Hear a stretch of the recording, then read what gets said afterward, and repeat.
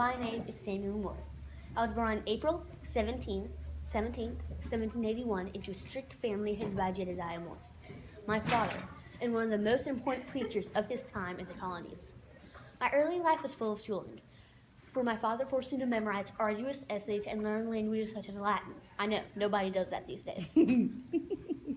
Because my father being such a strict pastor, he found my love for art all for vanity and despised the thought of his son becoming a pastor, an artist. Yet I kept painting, showing portraits in college for $1 apiece.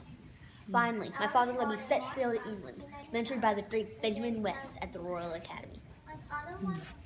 Though I had many great accomplishments in my life, the challenges that I faced were brutal in many aspects. For example, I despised school and was quite bad at it, and I was in bottom line class and found about everything but art and electricity boring. On top of that, my wife, named Lucretia, whom I married on September 29th, 1818, died, and I got the message of her death well after she was buried. Later, my first telegram test went horribly because a ship sailed into the underwater telegraph line. And then, of course, I had a hard time getting a patch for my invention. I also tried the idea of an underground cable. Sound like a good idea, right?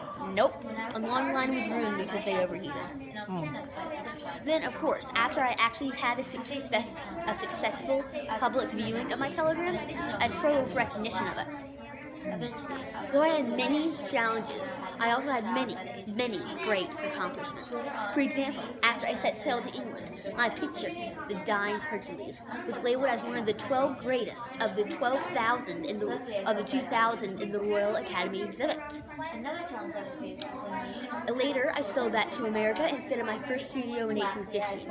I painted portraits of George Washington, John Adams, Marquis de Lafayette, and many rich merchants in America. Later, aboard the Sully, I came up with the idea for the telegram and started trying to find partners to finance it. Then, finally, after many years of hard work, the first telegram message was sent between Baltimore and Washington, D.C., using freestanding telegraph poles. The message was, "What hath God wrought?" Genius, isn't it?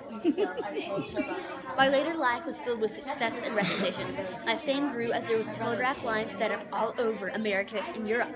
Later, I married a woman named Sarah Griswold in 1848.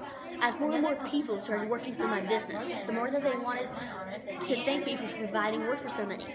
So, for my 80th birthday, there's a statue put up of me in New York.